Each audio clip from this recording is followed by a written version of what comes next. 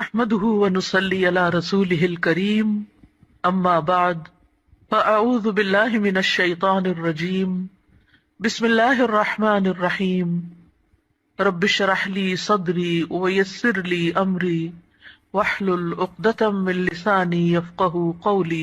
اللہ تعالیٰ نے انسان کو جن بڑی بڑی نعمتوں سے نوازا ہے ان میں سے ایک نعمت اولاد کی نعمت ہے۔ قرآن حکیم میں اولاد کی ولادت کا ذکر ایک خوشخبری کے طور پر کیا گیا ہے۔ ارشاد باری تعالیٰ ہے، یا زکریا انا نبشرک بغلام اسمہ یحییٰ لم نجعل لہ من قبل سمیا۔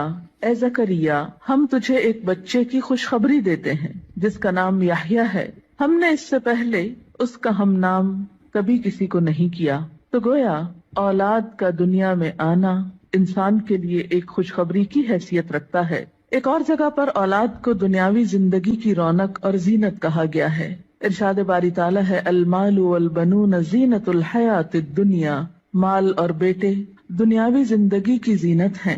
اسی طرح انسان کے لیے اولاد ایک مددگار اور ایک بہترین غمخوار کی حیثیت بھی رکھتی ہے۔ اولاد سے انسان کی بہت سی توقعات بھی وابستہ ہوتی ہیں، لیکن اولاد والدین پر سب سے بڑا حق جو رکھتی ہے وہ تربیت کا حق ہے۔ اس لیے والدین کو اس معاملے میں اپنی ذمہ داری کا ثبوت دینا چاہیے، اور قیامت کے دن اس کے بارے میں ان سے سوال بھی ہوگا۔ قرآن پاک میں اللہ سبحانہ وتعالیٰ فرماتے ہیں، یا ایھا الذین آمنوا قوا انفسکم واہلیکم نارا۔ اے لوگو جو ایمان لائے ہو، اپنے آپ کو اور اپنے گھر والوں کو آگ سے بچاؤ۔ گویا والدین کی ذمہ داری میں صرف یہی شامل نہیں کہ وہ بچوں کو تعلیم دیں یا ان کے کھانے پینے کا بندوبست کریں، بلکہ ان کی ذمہ داری میں سے ایک اہم ذمہ داری یہ ہے کہ وہ ان کی اچھی تربیت کریں اور انہیں آخرت کے بھیانک انجام سے محفوظ کریں، آگ سے بچائیں۔ ایک حدیث میں بھی آتا ہے، آپ صلی اللہ علیہ وسلم نے فرمایا، کلکم راع وکلکم مسئول عن رعیتہ۔ تم میں سے ہر شخص نگران ہے اور ہر ایک سے اس کی رعایا کے بارے میں، ماتحتوں کے بارے میں سوال کیا جائے گا۔ فالمرأة راعیۃ فی بیت زوجہا، اور عورت اپنے شوہر کے گھر میں نگران ہے، یعنی صرف باپ سے نہیں، ماں سے بھی پوچھا جائے گا کہ اس نے اپنے بچوں کی تربیت کیسے کی۔ اس لیے ہم دیکھتے ہیں کہ انبیاء علیہم السلام اپنی اولاد کے بارے میں ہمیشہ فکر مند رہے۔ حضرت ابراہیم علیہ السلام اپنے ساتھ اپنی اولاد کے لیے بھی دعائیں مانگتے ہیں، رب اجعلنی مقیم الصلاۃ ومن ذریتی۔ اے اللہ، مجھے نماز قائم کرنے والا بنا اور میری اولاد میں سے بھی۔ حضرت یعقوب علیہ السلام کے بارے میں آتا ہے کہ جب انہیں موت آئی تو اس وقت انہوں نے اپنے بچوں کو بلا کر کچھ پوچھا۔ قرآن پاک میں آتا ہے، ام کنتم شہداء اذ حضر یعقوب الموت اذ قال لبنیہ ما تعبدون من بعدی۔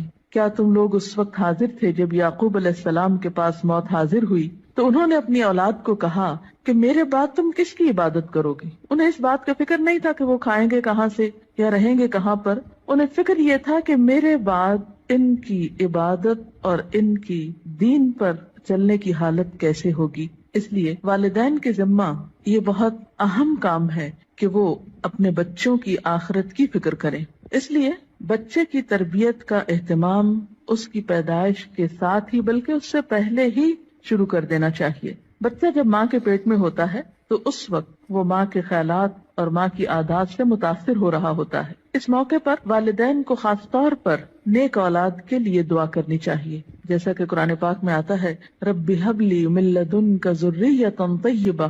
اے میرے رب، مجھے اپنے پاس سے پاکیزہ اولاد عطا کر۔ پھر اسی طرح بچے کی پیدائش پر، خواہ وہ لڑکی ہو یا لڑکا، خوشی کا اظہار کرنا چاہیے، اللہ تعالیٰ کا شکر ادا کرنا چاہیے، اس نعمت کو اچھی طرح قبول کرنا چاہیے تاکہ پھر اس کی صحیح طور پر قدردانی ہو سکے۔ احادیث مبارکہ سے ہمیں کچھ اور باتیں بھی پتہ چلتی ہیں کہ جب بچہ پیدا ہو تو اس کے کان میں آذان دی جائے، گویا پیدائش کے بعد سب سے پہلے اس کو اللہ کا نام سنایا جائے، اس کے سامنے اللہ کی عظمت کا اظہار کیا جائے۔ اسی طرح نبی صلی اللہ علیہ وسلم کی سنت سے ہمیں بچوں کی تہنیک کرنے کا بھی پتہ چلتا ہے۔ تہنیک سے مراد یہ ہے کہ کھجور چبا کر بچے کے تالو پر لگائی جائے، کیونکہ بچہ سب سے پہلی خوراک جو اپنے منہ میں لے کر جاتا ہے اس میں بھی خوراک دینے والے کی شخصیت اور عادات کے اثرات منتقل ہوتے ہیں۔ صحیح بخاری میں ابو موسیٰ اشعری روایت کرتے ہیں کہ میرے ہاں ایک بچہ پیدا ہوا، میں اس کو لے کر نبی صلی اللہ علیہ وسلم کی خدمت میں حاضر ہوا. آپ نے اس کا نام ابراہیم رکھا. ایک کھجور سے اس کی تہنیک کی اور اس کے لیے برکت کی دعا کی اور اسے میرے حوالے کر دیا. پھر اسی طرح بچے کا نام اچھا رکھنا چاہیے. نام ایسا ہو کہ جس کا مطلب بھی اچھا ہو، تاکہ بچہ جب پکارا جانے پر اپنا نام سنے تو وہ اچھے لفظ کو بار بار سنے. ایسا نام نہیں رکھنا چاہیے کہ جس کا پروننسیشن، تلفظ یا معنی اچھا نہ ہو. اسی طرح نومولود یعنی نئے نوزائیدہ بچے کے بارے میں یہ حکم بھی دیا گیا ہے کہ ان کے ولادت کے 7ویں دن ان کے بال منڈائے جائیں. بعض حکماء نے اس کی یا اطباء نے اس کی حکمت یہ بیان کی ہے کہ سر مڑنے سے سر کے مسامات کھلتے ہیں، نگاہ، سماعت اور سونگنے کی قوت کو فائدہ پہنچتا ہے. اسی طرح سنت میں ہمیں بچوں کا عقیقہ کرنے کے بارے میں بھی تعلیمات ملتی ہیں. عقیقہ کرنے میں ایک حکمت یہ ہے کہ انسان اپنے رشتہ داروں کو، غریبوں کو، ہمسایوں کو اس خوشی میں شریک کرتا ہے. اس موقع پر ان کے لیے گوشت بھجواتا ہے، یعنی عقیقے کے جو بکرے ہیں ان میں سے. پھر اسی طرح بچپن ہی سے بچوں کے ساتھ محبت اور شفقت کے ساتھ پیش آنے کا حکم ہے. بچہ صرف غذا کا ہی محتاج نہیں ہوتا، محبت و شفقت اور کیئر کا محتاج بھی ہوتا ہے. نبی صلی اللہ علیہ وسلم کا ارشاد ہے، جو ہمارے بچوں پہ شفقت نہ کرے اور ہمارے بڑوں کی عزت نہ کرے وہ ہم میں سے نہیں. پھر آپ دیکھیے کہ تربیت میں صرف محبت و شفقت ہی کافی نہیں ہوتی، بلکہ اس کے ساتھ ساتھ بچوں کو ڈسپلن سکھانا بھی بے حد ضروری ہوتا ہے. پھر یہ ہے کہ بچوں کی تربیت کے مختلف پہلو ہیں.